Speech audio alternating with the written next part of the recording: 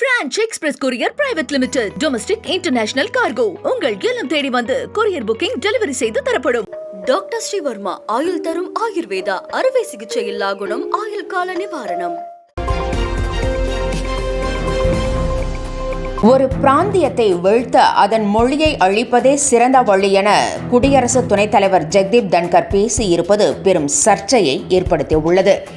டெல்லியில் நடைபெற்ற நிகழ்ச்சியில் பேசிய அவர், ஒரு பிராந்தியத்தை வீழ்த்த வேண்டுமானால் அதை கைப்பற்ற வேண்டிய அவசியம் இல்லை என்றும், அந்த பிராந்தியத்தின் கலாச்சாரத்தை முறியடித்து மொழியை அழித்தால் போதும் என்றும் குறிப்பிட்ட குடியரசு துணைத் தலைவர், இதைத்தான் நமது நாட்டில் பல நூற்றாண்டுகளுக்கு முன்பு நுழைந்த ஆக்கிரமிப்பாளர்கள் செய்ததாகவும் தெரிவித்திருக்கிறார். அவர்கள் கொடூரமானவர்களாகவும் நமது மொழி, கலாச்சார வழிபாட்டு தலங்கள் ஆகியவற்றை வெறுப்பவர்களாகவும் அடக்குமுறையாளர்களாகவும் இருந்துள்ளனர் என்றும் குடியரசு துணைத் தலைவர் தெரிவித்திருக்கிறார். ஒரு பிராந்தியத்தை வீழ்த்த வேண்டும் என்றால் தன் மொழி கலாச்சாரத்தை அழித்தால் போதும் என்று குடியரசு துணைத் தலைவர் பேசியதற்கு திமுக எம்பி கடும் கண்டனம் தெரிவித்திருக்கிறார். இந்தியா மீது படையெடுத்த ஆக்கிரமிப்பாளர்களை சுட்டிக்காட்டி குடியரசு துணைத் தலைவர் பேசிய போதிலும் இந்த எண்ணத்தை தான் மத்திய அரசு செயல்படுத்த பார்க்கிறது என குறிப்பிட்டுள்ள கனிமொழி, குடியரசு துணைத் தலைவரின் பேச்சு மூலம் பூனைக்குட்டி வெளிவந்திருப்பதாகவும் குறிப்பிட்டுள்ளார். முதலமைச்சர் மு.க.ஸ்டாலின் முன்னிலையில் மாற்றுக் கட்சியைச் சேர்ந்த 5000க்கும் மேற்பட்டோர் நெய்வேலியில் நடைபெற்ற நிகழ்ச்சியில் திமுகவில் இணைந்தனர். முதலமைச்சர் மு.க.ஸ்டாலின் கடலூரில் 2 நாள் கள ஆய்வு மேற்கொண்டு வருகிறார். முதல் நாளான நேற்று நெய்வேலியில் நடைபெற்ற நிகழ்ச்சியில் பாமக, அதிமுக, பாஜக, தேமுதிக, அமமுக உள்ளிட்ட கட்சிகளைச் சேர்ந்த 5000க்கும் மேற்பட்டோர் திமுகவில் தங்களை இணைத்துக் கொண்டனர்.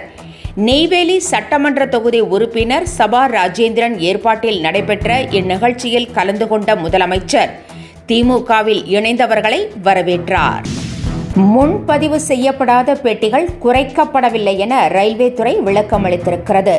நாடு முழுவதும் 26 ரயில்களில் முன்பதிவு இல்லாத ரயில் பெட்டிகளின் எண்ணிக்கை 4லிருந்து 2ஆக குறைக்கப்பட இருப்பதாகவும், அதற்கு பதிலாக கூடுதல் ஏசி பெட்டிகள் இணைக்கப்பட உள்ளதாகவும் தகவல் வெளியாகியிருந்தது. இதற்கு உடனடியாக அரசியல் கட்சித் தலைவர்கள் கடும் கண்டனம் தெரிவித்திருந்தனர். முதலமைச்சர் மு.க.ஸ்டாலின் இந்த நடவடிக்கையை கண்டித்திருந்தார். ஆனால் இந்த தகவல் தவறானது என ரயில்வே துறை விளக்கம் அளித்திருக்கிறது.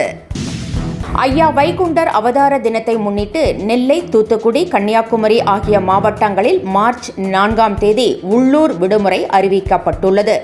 ஐயா வைகுண்டர் அவதார தினம் இந்த மாவட்டங்களில் வெகு விமர்சையாக கொண்டாடப்படுவது வழக்கம். இதற்காக வரும் மார்ச் மாதம் 4ஆம் தேதி உள்ளூர் விடுமுறை அறிவிக்கப்பட்டுள்ளது. இதன் காரணமாக அன்றைய தினத்தில் அரசு அலுவலகங்கள், கல்வி நிலையங்கள் இயங்காது.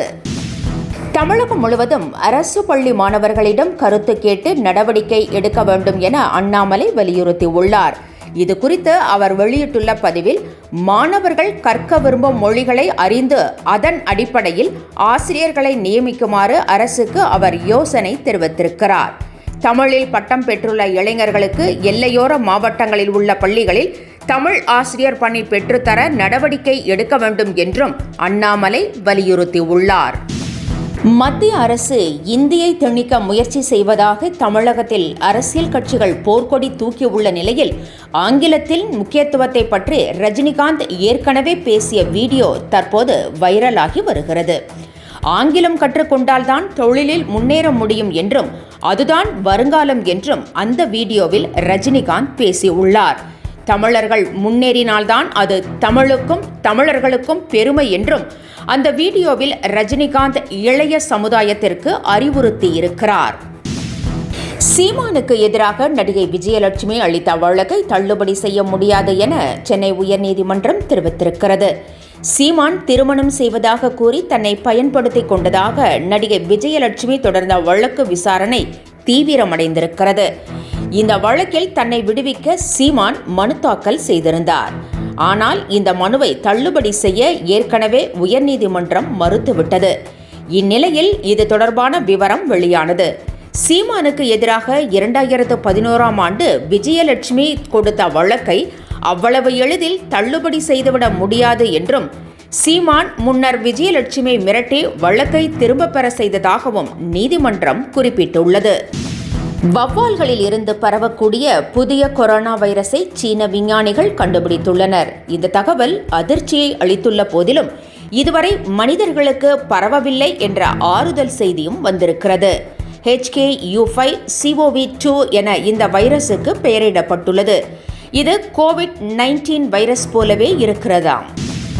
நிலவுக்கு என்மேல் என்னடி கோபம் படம் அருமையாக இருப்பதாக இயக்குனர் தனுஷை நடிகை கீர்த்தி சுரேஷ் பாராட்டியிருக்கிறார். படம் படு கியூட்டாக இருப்பதாகவும் இந்த மாதிரி கியூட் ஸ்டோரி பார்த்து ரொம்ப நாள் ஆச்சு என்றும் கீர்த்தி சுரேஷ் குறிப்பிட்டிருக்கிறார். படக்குழுவினர் அனைவருக்கும் தமது வாழ்த்துக்களையும் அவர் தெரிவித்திருக்கிறார். Branch express courier private limited domestic international cargo உங்கள் இல்லம் தேடி வந்து கொரியர் புக்கிங் டெலிவரி செய்து தரப்படும். டாக்டர் ஸ்ரீவர்மா ஆயுள் தரும் ஆயுர்வேதா அறுவை சிகிச்சை இல்லா குணம் ஆயுள் கால நிவாரணம். என்றும் உங்களுடன் மை இந்தியா. முக்கிய செய்திகளை உடனுக்குடன் தெரிந்து கொள்ள சப்ஸ்கிரைப் பண்ணுங்க, பெல் பட்டனை பிரஸ் பண்ணுங்க. என்றும் உங்களுடன் மை இந்தியா.